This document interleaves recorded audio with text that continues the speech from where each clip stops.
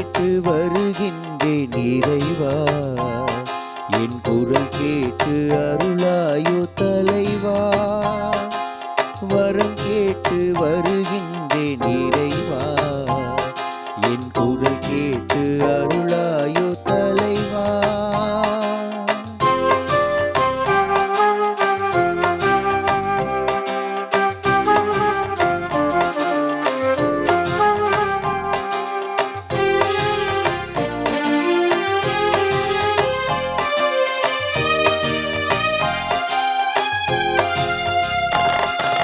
பகை சூழும் இதயத்தின் சுவரை எல்லாம் என் பாசத்தால் தகர்க்கின்ற வரம் கேட்கின்றேன். பகை சூழும் இதயத்து சுவரை எல்லாம் என் பாசத்தால் தகர்க்கின்ற வரம் கேட்கின்றேன். புகை சூழ்ந்து இருள் வாழும் மனதில் எல்லாம், புகை சூழ்ந்து இருள் வாழும் மனதில் எல்லாம் உன் பெயர் சொல்லி ஒளியேற்ற உனை கேட்கின்றேன். வரம் கேட்டு வருகின்றேன் இறைவா, என் குரல் கேட்டு அருளாயோ தலைவா.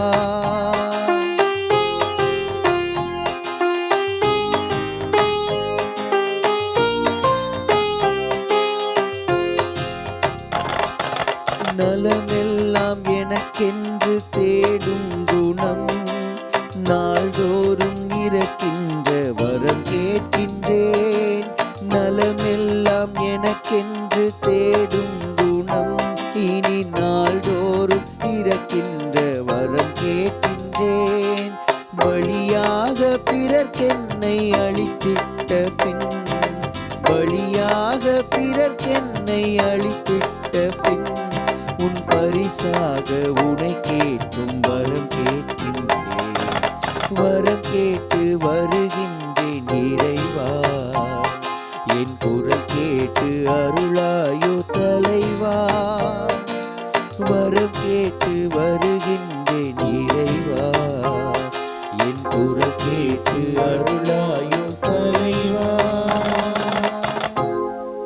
இன்றைய திருப்பலியானது மஜிலவுக்கு பிரசவம் நல்ல முறை நடக்கவும், உடல் உள்ள சுகம் கிடைக்கவும், இறைவனுடைய ஆசீரும் அரவணைப்பும் மாதரசி அன்னையினுடைய பரிந்துரையும் பிரசவ நேரத்திலே அன்னையினுடைய உடனிருப்பும் வேண்டி வேண்டுதல் திருப்பலியாகவும் தனது பிறந்த நாளை இன்று கொண்டாடும் ஆண்டனி ஜான் பிரிட்டோ அவர்களுக்கு இறைவன் செய்த அனைத்து நன்மைகளுக்கு நன்றியாகவும் தொடர்ந்து இறை ஆசீர் வேண்டியும் திருவாளர் ஆண்டனி அவருடைய ஆண்மையிலை பாட்டிக்காகவும் திருவாளர் லாசர் டீக்ரூஸ் அவருடைய ஆண்மையிலை பாட்டிக்காகவும் யாசிகா 7 வயது சிறுமி ஐசியூவிலே இருக்கின்றார். அவருடைய உடல் உள்ள நலனுக்காக விரைவிலே இறைவன் இவருக்கு சுகத்தை தர வேண்டி இந்த திருப்பலியானது ஒப்பு கொடுக்கப்படுகிறது. இந்த கருத்துக்களோடு நம்முடைய கருத்துக்களையும் ஒன்று சேர்த்து பக்தியோடு இந்த பலியிலே பங்கேற்போம். தந்தை மகன் தூயாவியாரின் பெயராலே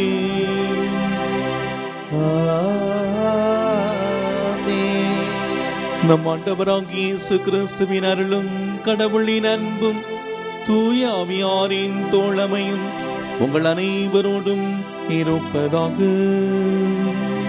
உம் ஆன்மாவோடும் இருப்பதாக. இறையேசுவில் பிரியமான சகோதர சகோதரிகளே, இறைவனை மட்டும் நம்பி இறை பண்ணி செய்திட என்ற சிந்தனையிலே சிந்திக்க இன்றைய நாள் நமக்கு அழைப்பு விடுக்கிறது. அன்புக்குரியவர்களே, வெற்றியை விட தோல்விக்கு பலம் அதிகம். வெற்றி சிந்தித்து மகிழ வைக்கும், தோல்வி நம்மை சிந்தித்து வாழ வைக்கும். வெற்றி நம்மை சிரித்து மகிழ வைக்கும், தோல்வி நம்மை சிந்தித்து வாழ வைக்கும். இந்த நாளிலே இன்று அகில உலக புற்றுநோயாளர்களுடைய தினமாக கொண்டாடப்படுகிறது. உலக அளவிலே ஏறக்குறைய 21 கோடி மக்கள் இந்த புற்றுநோயினால் பாதிக்கப்பட்டிருக்கிறார்கள். இந்தியாவில் மட்டும் ஏறக்குறைய 14.9 லட்சம் பேர் இந்த புற்றுநோயினால் பாதிக்கப்பட்டிருக்கிறார்கள். இந்தியாவில் மட்டும் ஏறக்குறைய 1300 பேர் ஒவ்வொரு நாளும் இந்த புற்றுநோயினால் இறந்து கொண்டிருக்கிறார்கள். எனவே இந்த நாளிலே புற்றுநோயினால் பாதிக்கப்பட்ட ஒவ்வொருவருக்காகவும் சிறப்பாக ஜெபிப்போம். இவர்களை கண்காணிக்கின்ற குடும்பத்தினார், இவர்களுக்கு மருத்துவம் கொடுக்கின்ற மருத்துவர்கள் ஒவ்வொருவருக்காகவும் சிறப்பாக ஜெபிப்போம்.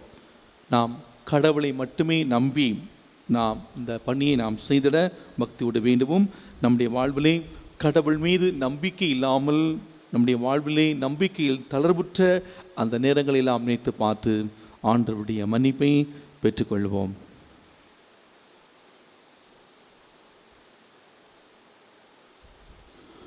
இல்லாமல்ல இறைவனிடமும் சகோதர சகோதரிகளே உங்களிடமும் நான் பாவி என ஏற்றுக்கொள்கிறேன். ஏனெனில் என் சிந்தனையாலும் சொல்லாலும் செயலாலும் கடமையில் தவறியதாலும் பாவங்கள் பல செய்தேன். என் பாவமே, என் பாவமே, என் பெரும் பாவமே. ஆகையால் எப்பொழுதும் கன்னியான புனித மரியாவையும் வானதூதர் புனிதர் அனைவரையும் சகோதர சகோதரிகளை உங்களையும் நம் இறைவனாகிய ஆண்டவரிடம் எனக்காக வேண்டிக் கொள்ள மன்றாடுகின்றேன். இல்லாமல்ல இறைவன் நம் மீது இரக்கம் வைத்து நம் பாவங்களை மன்னித்து நம்மை முடிவில்லா வாழ்வுக்கு அழைத்து செல்வாராக. ஆமீன்.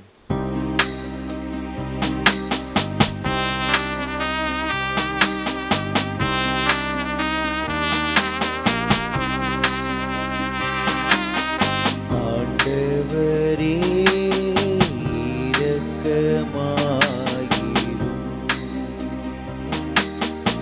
ஆண்டவரே இரக்கமாயிரும். கிறிஸ்துவே இரக்கமாயிரும். கிறிஸ்துவே இரக்கமாயிரும்.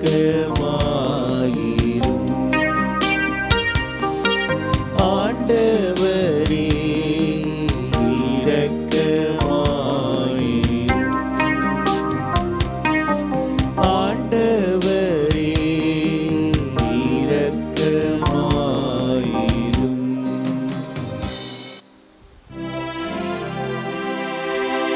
ஜெபிப்போமாக. இறைவா, உம்மையும் பிறரையும் அன்பு செய்வதில் திருச்சட்டத்தின் எல்லா கட்டளைகளையும் அடங்கியிருக்க செய்திரே. கட்டளைகளை கடைபிடிக்கும் நாங்கள் முடிவில்லா வாழ்வுக்கு வந்து சேரும் தகுதி வரைகளுக்கு அருள்வீராக.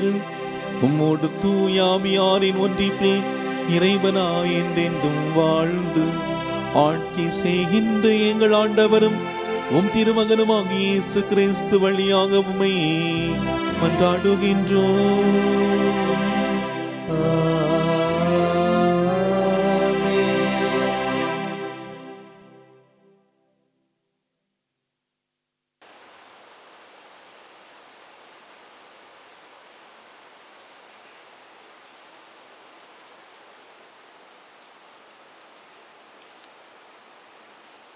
முதல் வாசகம். நாங்கள் அடிமைகளாக இருந்தும் எம் கடவுளாகிய நீர் எங்களை அடிமைத்தனத்திற்கு கையளிக்கவில்லை. எஸ்ரா நூலிலிருந்து வாசகம். அதிகாரம் 9, இறை வார்த்தைகள் 5 தொடங்கி 9 முடிய. மாலை பலி நேரத்தில் நோன்பை முடித்து கிழிந்த ஆடையோடும் மேலுடையோடும் முழந்தாளிட்டு என் கடவுளாகிய ஆண்டவரை நோக்கி கைகளை விரித்து எஸ்ராவாகிய நான் கூறியது: கடவுளே, உம்மை நோக்கி என் முகத்தை திருப்ப வெட்கி நாணுகிறேன். ஏனெனில் எங்கள் பாவங்கள் எங்கள் தலைக்கு மேல் பெருகிவிட்டன, எங்கள் குற்றங்கள் விண்ணை தொட்டுவிட்டன. என் முன்னோர்கள் காலம் முதல் இதுவரை நாங்கள் பெரும் பாவம் செய்துள்ளோம். எங்கள் பாவங்களினால் நாங்களும் எங்கள் அரசர்களும் குருக்களும் வேற்று நாட்டு மன்னர்களின் கைக்கும் வாளுக்கும் அடிமைத்தனத்திற்கும் கொள்ளைக்கும் வெட்கக்கேட்டிற்கும் இதுவரை ஒப்புவிக்கப்பட்டோம்.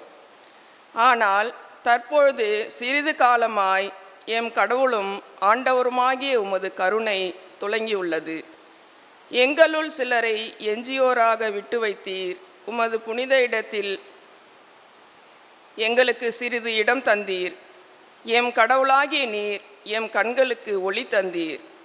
எமது அடிமைத்தனத்திலிருந்து சற்று விடுதலை அளித்தீர்.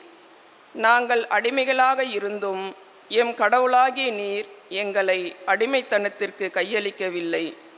மாறாக நாங்கள் உயிர் பிழைக்கவும் எங்கள் கடவுளின் கோயிலை எழுப்பவும் பாழடைந்ததை பழுது பார்க்கவும் யூதேயாவிலும் எருசலேமிலும் பாதுகாப்பு அளிக்கவும் பாரசீக மன்னர்களின் முன் எமக்கு உமது தயை கிடைக்கவும் செய்தருளீர்.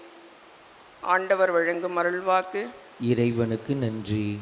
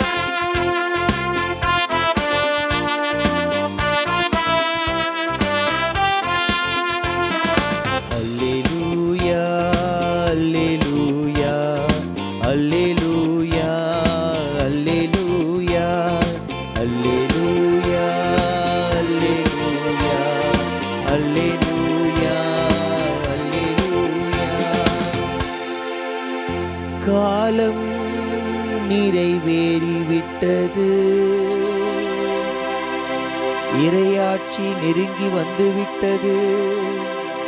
மனம் மாறி நற்செய்தியை நம்புங்கள். அல்லேலூயா, அல்லேலூயா, அல்லேலூயா, அல்லேலூயா, அல்லேலூயா. ஆண்டவர் உங்களோடு இருப்பாராக. உம் ஆன்மாவோடும் இருப்பாராக. லூக்கா எழுதிய தூய நற்செய்தியிலிருந்து வாசகம். ஆண்டவரே, மாட்சி உமக்கே. லூக்கா எழுதிய நற்செய்தி அதிகாரம் 9. வாழ்வதரும் இறை வார்த்தைகள் 1 முதல் 6 முடிய. அக்காலத்தில் இயேசு 12 ஒன்றாக வரவழைத்து பேய்களை எல்லாம் அடக்கவும் பிணிகளை போக்கவும் வல்லமையும் அதிகாரமும் அவர்களுக்கு அளித்தார். இறை ஆட்சி பற்றி பறைசாற்றவும் உடல் நலம் குன்றியோரின் பிணி தீர்க்கவும் அவர்களை அனுப்பினார். அப்போது அவர்களை நோக்கி, பயணத்திற்கு கைத்தடி, பை, உணவு, பணம் போன்ற எதையும் எடுத்து கொண்டு போக வேண்டாம். ஒரு அங்கி போதும். நீங்கள் எந்த வீட்டுக்கு சென்றாலும் அங்கேயே தங்கியிருங்கள். அங்கிருந்தே புறப்படுங்கள். உங்களை ஏற்றுக்கொள்ளாதவருடைய நகரை விட்டு புறப்படும் போது உங்கள் காலடிகளில் படிந்துள்ள தூசியை உதறிவிடுங்கள். இதுவே அவர்களுக்கு எதிரான சான்றாகும் என்றார். அவர்கள் ஊர் ஊராக சென்று எங்கும் நற்செய்தியை அறிவித்து நோயாளிகளை குணமாக்கினார்கள். ஆண்டவரின் அருள்வாக்கு. கிறிஸ்துவே, உமக்கு புகழ்.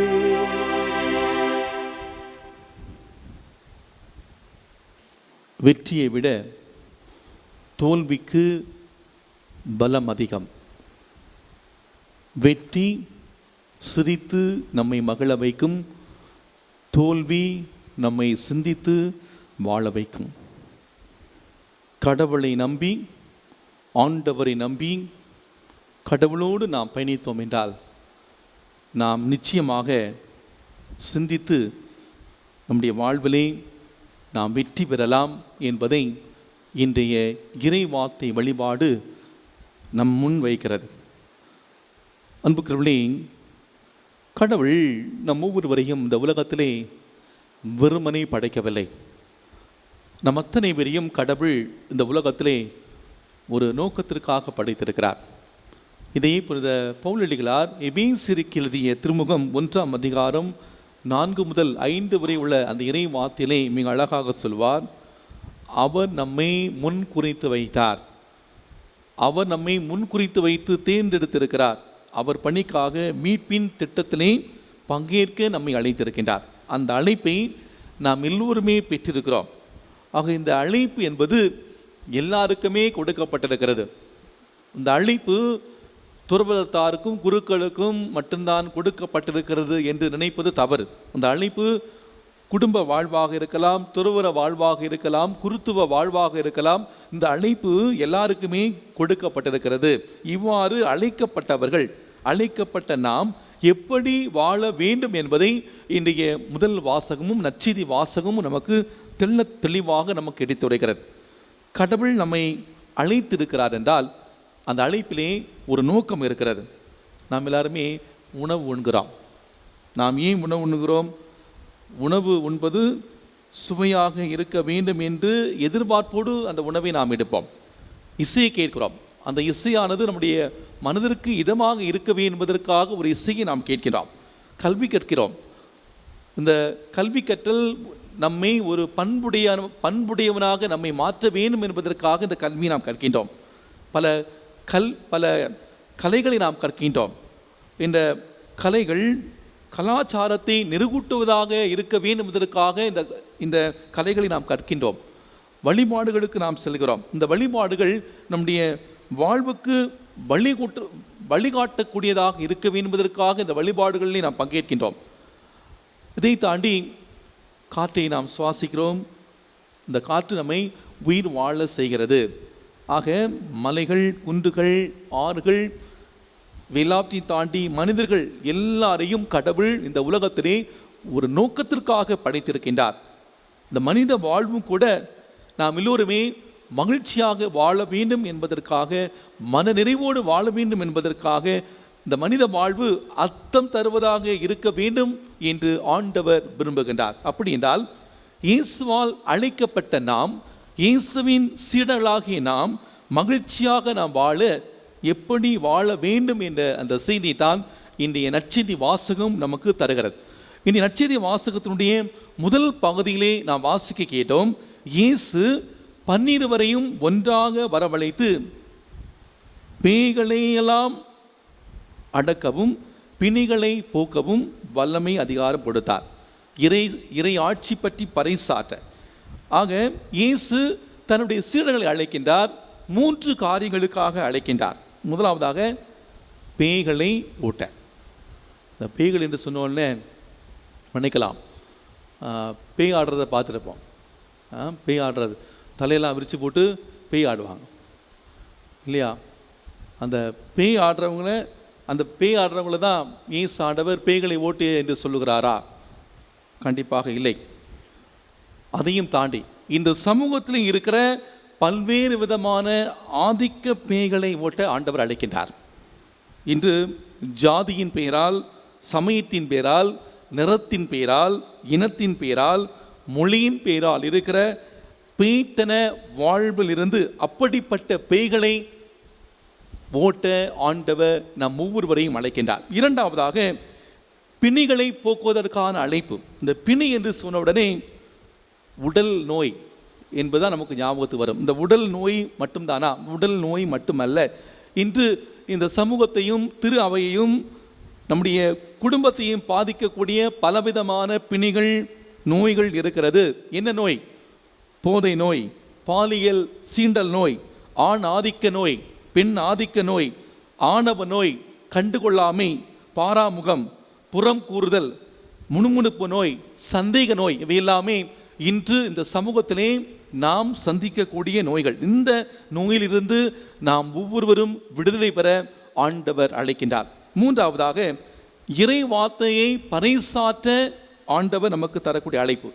அதாவது இந்த இறை மதிப்பீடுகளை நம்முடைய அன்றாட வாழ்விலை நாம் செய்யக்கூடிய அற வாழ்வினால், நீதி வாழ்வினால், அன்பு வாழ்வினால், நம்முடைய பணிவிடை வாழ்வினால் வெளிப்படுத்தி அந்த இறை ஆட்சியை வெளிப்படுத்த நாம் சந்திக்கக்கூடிய ஒவ்வொரு மனிதருக்கும் நாம் இறை முகமாக, கடவுளின் கையாக, காலாக, முகமாக, ஏன் மறு கிறிஸ்துவாக நாம் கடவுளை வெளிப்படுத்தக்கூடிய மக்களாக இருந்து அந்த இறை வார்த்தையை பறைசாற்ற ஆண்டவர் அழைக்கிறார். ஆக இன்று நம் ஒருவருக்கும் ஆண்டவர் தந்த அழைப்பு 3 அழைப்புகள். அது மட்டுமல்ல, இப்படி அழைக்கப்பட்ட நாம் நம்முடைய வாழ்விலே எதை அடிப்படையாக கொண்டு வாழ வேண்டும் என்பதைத்தான் இன்றைய முதல் வாசகத்திலே இறைவாக்கினர் எஸ்ரா வழியாகவும் நற்செய்தி வாசகத்திலே ஆண்டவர் இயேசு கிறிஸ்து சீடருக்கு சொன்ன அந்த அறிவுரை மூலமாக நமக்கு சொல்லுகின்றார்.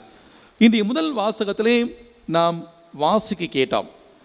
எஸ்ரா நூலிலிருந்து வாசிக்க கேட்ட அந்த முதல் வாசகத்திலே, நாங்கள் அடிமைகளாக இருந்தும் எம் கடவுளாகிய நீர் எங்களை அடிமைத்தனத்திற்கு கையளிக்கவில்லை.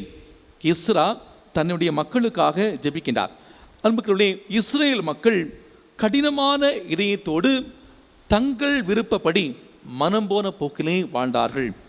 கடவுளை மறந்தார்கள். பல நேரங்களிலே மற்றவருடைய கையிலே, குறிப்பாக அரசருடைய கையிலே அகப்பட்டு அவர்கள் எல்லாவற்றையும் இழந்தார்கள். சொந்த பிள்ளைகளை, தங்களுடைய சொந்த பிள்ளைகளை இழந்தார்கள், சொந்த நாட்டை இழந்தார்கள், சொந்த நிலபுலன்களை இழந்தார்கள், உறவுகளை இழந்தார்கள், நாடு கடத்தப்பட்டார்கள். அவர்கள் சொந்த நாட்டில் கூட ஒரு அகதியாக வாழ வேண்டிய ஒரு நிலைமைக்கு தள்ளப்பட்டார்கள். இப்படிப்பட்ட அந்த சூழ்நிலையில் தான் எஸ்ரா என்ற மனிதர் இந்த மக்களை மீட்டெடுப்பதற்காக அவர் புறப்பட்டு வருகின்றார். இந்த மக்களின் அடிமைத்தன வாழ்வை எடுத்து சொல்லி அவர் கடவுளிடம் ஜெபிக்கின்றார். அந்த பகுதி தான் இன்று நாம் முதல் வாசகமாக நாம் வாசிக்க கேட்டோம். எஸ்ரா என்று சொன்னால் யாவே உதவுகிறார் என்ற அந்த பெயரை தாங்கி இவர் கிமு 458 2ஆம் சைரஸ் மன்னனுடைய ஆட்சி காலத்திலே மக்களை எருசலேமுக்கு வழி நடத்தியவர், ஒரு உயர்ந்த பதவியில் இருந்தவர், ஒரு சீர்திருத்தவாதி, சட்டத்திட்டங்களை மிக நுணுக்கமாக கற்றறிந்தவர். அப்படிப்பட்ட இவர் மக்களுக்காக பணிவோடு ஜெபிக்கின்றார். அவரிடம் இருந்த உணர்வு எளிய மனம். ஒரு மிக சிறந்த ஒரு மனிதர் மக்களுக்காக மண்டியிட்டு அவர் ஜெபிக்கின்றார். ஆண்டவருடைய பணியை செய்பவர்கள் திறந்த மனதோடு அந்த பணியை செய்வார்கள். இதைத்தான் எஸ்ரா தன்னுடைய மக்களுக்காக அவர் செய்கின்றார். திறந்த மனதோடு எளிய மனதோடு அந்த பணியை செய்கிற பொழுது இறைவனுக்கு உகந்த பணியாக அந்த பணி மாறுகிறது. இந்த மனநிலையில்தான் எஸ்ரா தன்னுடைய மக்களுக்காக ஜெபிக்கின்றார். அன்பானவர்களே, தன்னுடைய மக்களுக்காக அவர் ஜெபிக்கிற பொழுது 10 காரியங்களை அவர் முன்வைத்து ஜெபிக்கின்றார். முதலாவதாக தண்டனையிலிருந்து விட்டு வைக்குதல், இந்த மக்களை தண்டனையிலிருந்து விட்டு வைத்து விடும். புனித இடத்திலே தங்க வைத்தல். 3ஆவதாக கண்களுக்கு ஒளி தந்தீர். 4ஆவதாக அடிமைத்தனத்திலிருந்து விடுதலை கொடுத்தீர். 5ஆவதாக இந்த மக்களை நீ அடிமைகளாக கையளிக்கவில்லை. 6ஆவதாக இந்த மக்களை உயிர் பிழைக்க செய்தீர். 7ஆவதாக கடவுளுடைய கோவிலை எழுப்பி பால் அடைந்ததை நீர் பழுது பார்த்தீர். 8ஆவதாக கடவுளின் இல்லத்திலே வாழச் செய்தீர். 9ஆவதாக நீரே பாதுகாப்பு. 10ஆவதாக உம்முடைய தயவை தந்தீர் என்று சொல்லுகிறார். ஆக யாரெல்லாம் எளிய மனதோடு ஜெபிக்கின்றார்களோ அவர்களுக்கு கடவுளுடைய பேராசி தொடரும் என்பதற்கு இன்றைய முதல் வாசகம் நமக்கு உதாரணமாக இருக்கிறது. இதைத்தான் இன்றைய நற்செய்தி வாசகத்திலும் இயேசு ஆண்டவர் தன்னுடைய சீடர்களுக்கு அந்த நற்செய்தி பணி ஆற்றுகிற பொழுது எளிய மனத்தோடு அந்த நற்செய்தி பணி ஆற்றுங்கள் சொல்லி அவர்களை அனுப்பி வைக்கிறார். அன்பார்ந்தவர்களே, நம்முடைய வாழ்க்கையை நாம் சீர்தூக்கி பார்ப்போம். நம்முடைய வாழ்விலே நாம் இந்த நற்செய்தி பணியை நாம் வாழ்கிற நம்முடைய வாழ்க்கை சூழலை நாம் செய்கின்றோம். நான் முதல்ல சொன்னது போல நற்செய்தி பணி என்பது ஏதோ குருக்களும் துறவிகளும் மட்டும் செய்யக்கூடிய பணி அல்ல. நாம் ஒவ்வொருவருமே இந்த நற்செய்தி பணி ஆற்ற நாம் அழைக்கப்பட்டிருக்கிறோம். நம்முடைய வாழ்வு மூலமாக குடும்பத்தில் கூட அந்த நற்செய்தி பணி செய்கிறோம். நேற்று ஒரு அழகான ஒரு செய்தியை வாட்ஸ்அப்பில் படித்தேன். அதாவது ஒரு கிறிஸ்தவன் எப்படி இருக்க வேண்டும், கிறிஸ்தவன் என்றால் அன்பை கொடுக்க வேண்டியவன். இது ஒவ்வொரு இடத்துல ஒவ்வொரு கிறிஸ்தவனும் வாழ்ந்தோம் என்றால் அங்கே அந்த நற்செய்தி வாழப்படுகிறது. அழகான ஒரு செய்தி. இதைத்தான் நாம் செய்ய அழைக்கப்படுகிறோம். கிறிஸ்தவர்களாகிய நாம் நம்முடைய வாழ்வு மூலமாக இந்த நற்செய்தியை பிறருக்கு அறிவிக்க அழைக்கப்பட்டிருக்கிறோம். ஆக அன்புக்குரியவர்களே, இந்த இறை பணியை, இந்த நற்செய்தி பணியை நாம் செய்கிற பொழுது நாம் இந்த உலக காரியங்களை நாம் நம்பாமல் நாம் கடவுளை மட்டுமே நம்பி நாம் பணி செய்கிற பொழுது ஒருவேளை நாம் தோல்விகளை நாம் சந்திக்கலாம். ஆனால் கண்டிப்பாக அந்த தோல்வி நமக்கு ஒரு மிகப்பெரிய பலமாக இருக்கிறது என்பதை ஆண்டவர் இன்று நமக்கு தெளிவுபடுத்துகிறார். எனவே இந்த நாளிலே வெற்றி சிரித்து மகள வைக்கும், ஆனால் தோல்வி நம்மை சிந்தித்து வாழ வைக்கும் என்ற நம்பிக்கையோடு இறைவனை மட்டுமே நம்பி அந்த இறைப்பணி செய்திட தொடர்ந்து இந்த நாளிலே பக்தியோடு ஜெபிப்போம். ஆமேன்.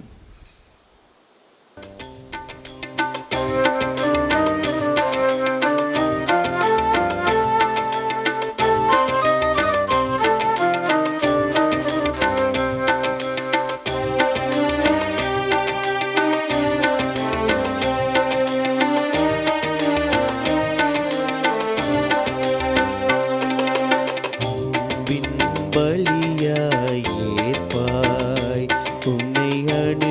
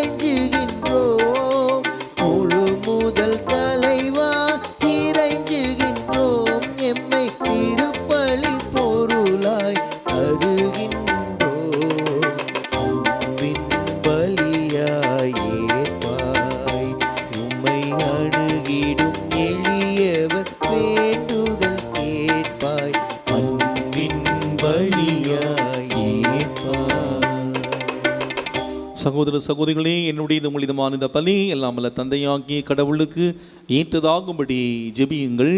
ஆண்டவர் தமது பெயரின் புகழ்ச்சிக்காகவும் மாட்சிக்காகவும் நமது நன்மைக்காகவும் புனித திரு அவை அனைத்து நலனுக்காகவும் உமது கையிலிருந்து இப்பலியை ஏற்றுக்கொள்வாராக. ஆண்டவரே, உமக்களின் காணிக்கைகளை கனிவுடனே திரளவும் வேண்டுகின்றோம். அதனால் நம்பிக்கையோடும் பக்தியோடும் அவர்கள் எவற்றை அறிக்கையிடுகிறார்களோ அவற்றை விண்ணக அருள்டையாளங்களால் பெற்றுக் கொள்வார்களாக. எங்கள் ஆண்டவராகிய கிறிஸ்து வழியாக உம்மை மன்றாடுகின்றோம்.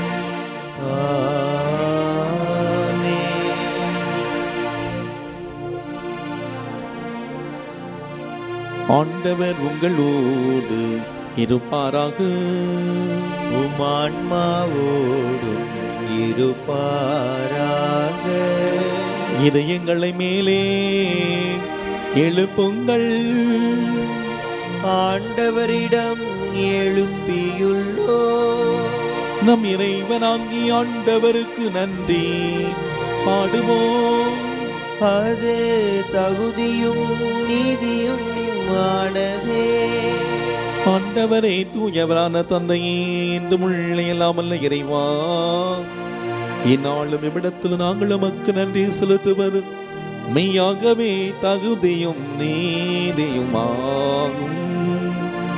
எங்கள் கடமையும் மீட்புக்குரிய செயலும் ஆகும். ஏனில் எங்கள் புகழர் உமக்கு தேவை என்று ஆயினும் நாங்கள் உமக்கு நன்றி செலுத்துவது உமது அருள் கொடையாலேயே. நாங்கள் உம்மை புகழ்ந்துரைப்பது உமது ஆட்சியை மிகுதிப்படுத்தாதினும் எங்கள் ஆண்டவராகிய கிறிஸ்து வழியாக நாங்கள் மீட்படைய பயன்படுகின்றது. ஆகவே வானக தூதத்தினரோடு ஒன்று சேர்ந்து நாங்களும் உம்மை புகழ்ந்தேத்தி மகிழ்ச்சி அறிக்கையிட்டு ஒரே குரலில் பாடுவதாவது: தூயவர் தூயவர் தூயவர் வான்படைகளின் கடவுளாம் ஆண்டவர். விண்ணகமும் மன்னகமும் உமது மாட்சியால் நிறைந்துள்ளன. உன்னதங்களிலே ஓசன்னா, உன்னதங்களிலே ஓசன்னா. ஆண்டவர் பெயரால் வருகிறவர் ஆசி பெற்றவர். உன்னதங்களிலே ஓசன்னா, உன்னதங்களிலே ஓசன்னா. கண்களை மூடி ஒரு சில மணித்துளிகள் மௌனமாக மிக சிறப்பானவற்றை புற்றுநோயினால் பாதிக்கப்பட்டவர்களுக்காக ஜெபிப்போம். இன்று அகில உலக புற்றுநோயாளர்களுடைய நல தினம். மிக சிறப்பானவத்திலே நமக்கு தெரிந்தவர்கள், நம்முடைய குடும்பத்திலே பாதிக்கப்பட்டிருக்கலாம், நமக்கு தெரிந்தவர்கள் யாராக இருந்தாலும் ஆண்டவருடைய பிரசன்னத்தில் நாம் கொண்டு வருவோம். கடவுளால் முடியாத காரியம் எதுவுமே கிடையாது. இயேசுவால் ஆகாத காரியம் எதுவுமே கிடையாது. இயேசுவால் எல்லாம் கூடும். நம்புகிறவர்களுக்கு எல்லாம் நிகழும். தோல்வி நம்மை சிந்தித்து வாழ வைக்கும். ஒருவேளை நாம் தோல்வி அடைவது போல நமக்கு தோன்றும், ஆனால் அந்த தோல்வி நம்மை ஒரு சரியான பாதைக்கு நம்மை அழைத்து செல்லும். இந்த நாளிலே ஆண்டவர் நம்மை பல நிலைகளிலே ஆசீர்வதித்திருக்கிறார். இறை பணி செய்கிற பொழுது, நற்செய்தியின்படி நாம் வாழ்கிற பொழுது பல தோல்விகளை நாம் சந்தித்திருக்கலாம். அந்த தோல்விதான் நமக்கு பலம் என்பதை உணர்ந்து கொள்வோம்.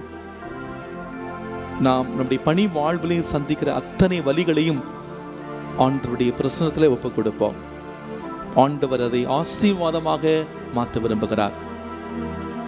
ஆண்டவரே, மெய்யாகவே தூயவர், தூய்மை அனைத்திற்கும் ஊற்று. ஆகவே உம்முடைய ஆவியை பொழிந்து இக்காணிக்கைகளை தூய்மைப்படுத்த உம்மை வேண்டுகின்றோம். இவ்வாறு எங்கள் ஆண்டவர் இயேசு கிறிஸ்துவின் உடலும் இரத்தமுமாக எங்களுக்கு இவை மாறவனவாகும்.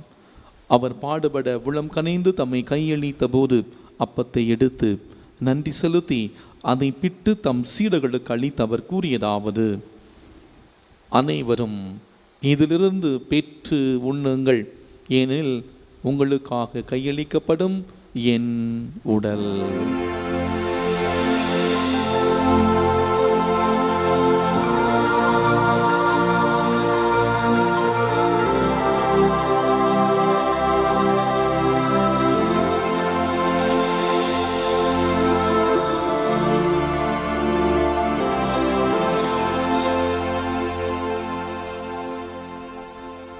அவ்வண்ணமே இரவிருந்தை அருந்திய பின் கிண்ணத்தையும் எடுத்து மீண்டும் உமக்கு நன்றி கூறி தம் சீடர்களுக்கு அளித்தவர் கூறியதாவது: அனைவரும் இதிலிருந்து பெற்று பருகுங்கள், ஏன் இது புதிய நிலையான உடன்படிக்கைக்குரிய என் இரத்தத்தின் கிண்ணம்.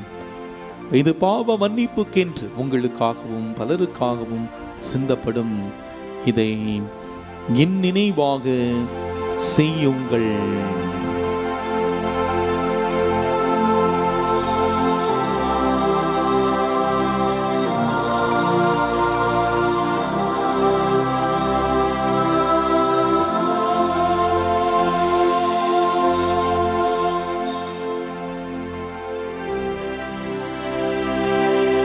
நம்பிக்கையின் மறைபொருள்.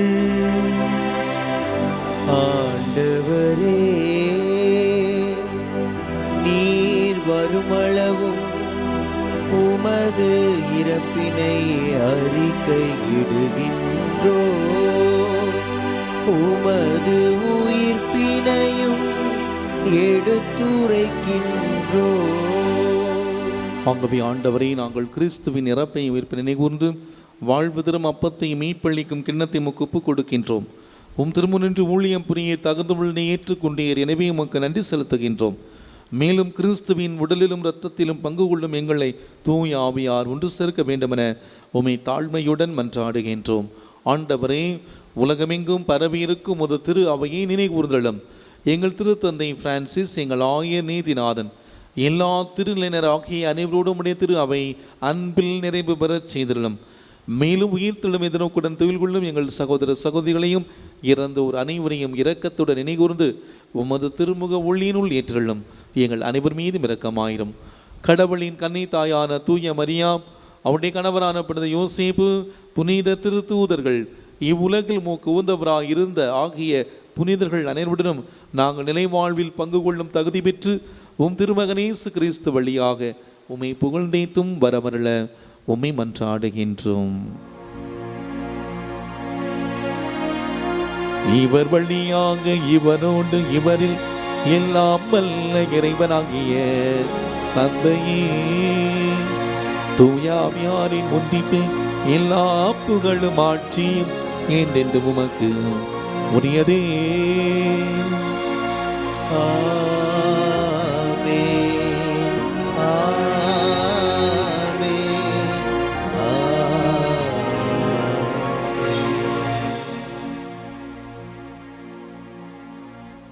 மீட்பரின் கட்டளையால் கற்பிக்கப்பட்டு இறை படிப்பினையால் பயிற்சி பெற்ற நாம் துணிந்து சொல்வோம்: விண்ணுலகில் இருக்கிற எங்கள் தந்தையே, உமது பெயர் தூயதென போற்ற பெறுக, உமது ஆட்சி வருக, உமது திருவுளம் விண்ணுலகில் நிறைவேறுவது போல மண்ணுலகிலும் நிறைவேறுக. எங்கள் அன்றாட உணவை இன்று எங்களுக்கு தாரும். எங்களுக்கு எதிராக குற்றம் செய்வோரை நாங்கள் மன்னிப்பது போல எங்கள் குற்றங்களை மன்னியும். எங்களை சோதனையில் விழவிடாதேயும், தீமையிலிருந்து எங்களை விடுவித்தருளும். ஆண்டவரே, தீமை அனைத்தில் எங்களை விடுவித்து எங்கள் வாழ்நாளில் அமைதியை கனிவுடன் அருளுமை மன்றாடுகின்றோம். உமது இரக்கத்தின் உதவியால் நாங்கள் எல்லா பாவத்தில் எப்போது விடுதலை பெற்று யாதொரு கலக்கமுமின்றி நலமாயிருப்போமாக. நாங்கள் எதிர்நோக்கி இருக்கும் பேரின்பத்திற்காகவும் மீட்பராக இயேசு கிறிஸ்துவின் வருகைக்காகவும் காத்திருக்கின்றோம். ஏனெனில் ஆட்சியும் வல்லமையும் மாட்சியும் என்றென்றும் உமதே. ஆண்டவர் இயேசு கிறிஸ்துவே, அமைதி உங்களுக்கு விட்டு செல்கிறேன், அமைதி உங்களுக்கு அளிக்கிறேன் என்று உம் திருத்தூதர்களுக்கு மொழிந்தீர். எங்கள் பாவங்களை பாராமல் உமது திரு அவை நம்பிக்கை கண்ணோக்கி உமது திருவுளத்திற்கு ஏற்ப அதுக்கு அமைதி ஒற்றுமை அளித்தல்வீராக. என்றென்று வாழ்ந்து ஆட்சி செய்கின்றவர் நீரே. ஆமென். ஆண்டவருடைய அமைதி உங்களோடு என்றும் இருப்பதாக. உம்மான்மாவோடும் இருப்பதாக. ஆண்டவர் அமைதியை ஒருவர் மற்றொரு மகிழ்ச்சியோடு அறிவித்து மகிழ்வோம். சமாதானம்.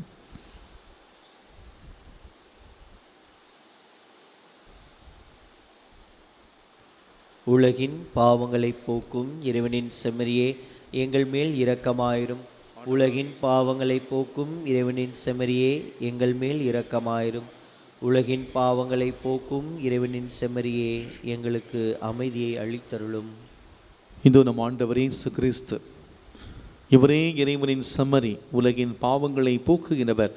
செம்மறியின் விருதுக்கு அளிக்க பெற்றோர் பேறு பெற்றோர். ஆண்டவரே, நீர் என் நிலத்தில் எழுந்தருள நான் தகுதியற்றவன். ஆனால் ஒரு வார்த்தை மட்டும் சொல்லியருளும், எனது ஆன்மா நலமடையும். கிறிஸ்துவின் திருவுடலும் திரு ரத்தமும் நம் ஒருவரையும் காத்து நம் நிலைவாழ்வுக்கு அழைத்து செல்வதாக. ஆமென்.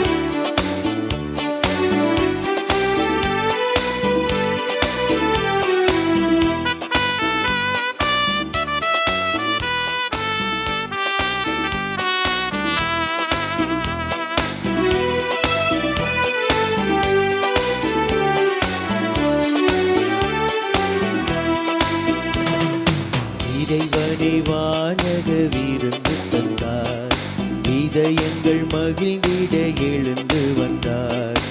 இறைவனே வானக விருந்து தந்தார், இதயங்கள் மகிழ்ந்திட எழுந்து வந்தார். இறைவனின் படியேறி என்னை தந்தேன், விருந்துண்டேன். உன்னிலத்தில் என்னாலுமே சரணடைந்தேன், உன்னிலத்தில் என்னாலுமே சரணடைந்தேன். இறைவனை வானக விருந்து தந்தார், இதயங்கள் மகிழ்ந்திட எழுந்து வந்தார்.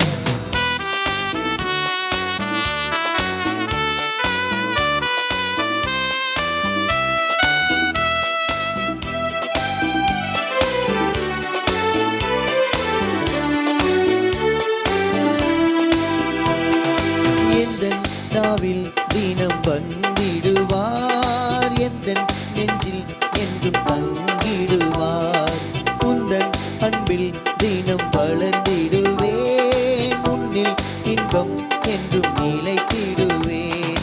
தினம் தினந்தே தேனமுதே திருவடி பணிகின்றே, திருவிருந்தே தேனமுதே திருவடி பணிகின்றேன். மலராக மலர்ந்து வந்தேன், மனதினிலே பூஜை செய்தேன், பூஜை செய்தேன், பூஜை செய்தேன். இறைவனின் வானக விருந்து தந்தார், இதயங்கள் மகிழ்ந்திட எழுந்து வந்தார். இறைவனின் படியேறி என்னை தந்தேன், விருந்துண்டேன். உன்னிலத்தில் என்னாலுமே சரணடைந்தேன், உன்னிலத்தில் என்னாலுமே சரணடைந்தேன்.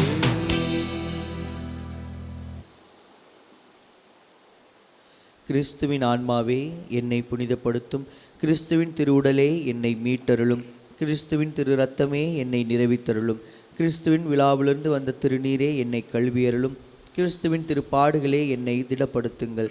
ஓ நல்ல இயேசுவே, எனக்கு செவி சாய்த்தருளும், உமது திரு காயங்களுக்குள்ளே என்னை மறைத்தருளும். உம்மை விட்டு ஒருபோதும் என்னை பிரிய விடாதேயும். தீய எதிரிகளிடமிருந்து என்னை காத்தருளும். என் மரண நேரத்தில் நீர் என்னை அழைத்து உம்முடைய புனிதர்களோடு எக்காலமும் உம்மை புகழ எனக்கு வரமருளும். ஆமேன். நல்ல ஆயன் நானே என்கிறார் ஆண்டவர். நான் என் ஆடுகளை அறிந்திருக்கிறேன், என் ஆடுகளும் என்னை அறிந்திருக்கின்றன. நன்றி கூறி வந்தாடுவோமாக. ஆண்டவரை உம்மருடைய ஆடங்களால் புத்துயிர் பெற்ற எங்களுக்கு உமது இடையராத உதவியை கனிவுடன் என்று மருள்வீராக. அதனால் மீட்பின் பயனை மறை நிகழ்வுகளிலும் அன்றாட வாழ்விலும் பெற்றுக் கொள்வோமாக. எங்கள் ஆண்டவராகிய கிறிஸ்து வழியாக உம்மை மன்றாடுகின்றோம். ஆண்டவர் உங்களோடு இருப்பாராக. உம் ஆன்மாவோடும் இருப்பாராக. எல்லாம் வல்ல இறைவன் தந்தை, மகன், தூயாவியார் நம் ஒவ்வொருவரையும் ஆசீர்வதிப்பாராக.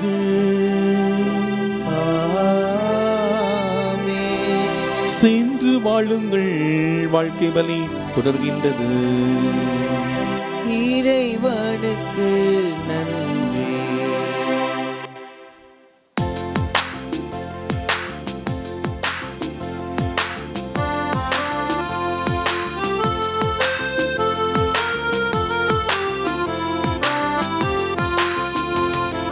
நன்றி பாடுவோம் நல்ல தேவன் இயேசுவை, அரிய செயல்கள் ஆற்றினார் போற்றுவோம்.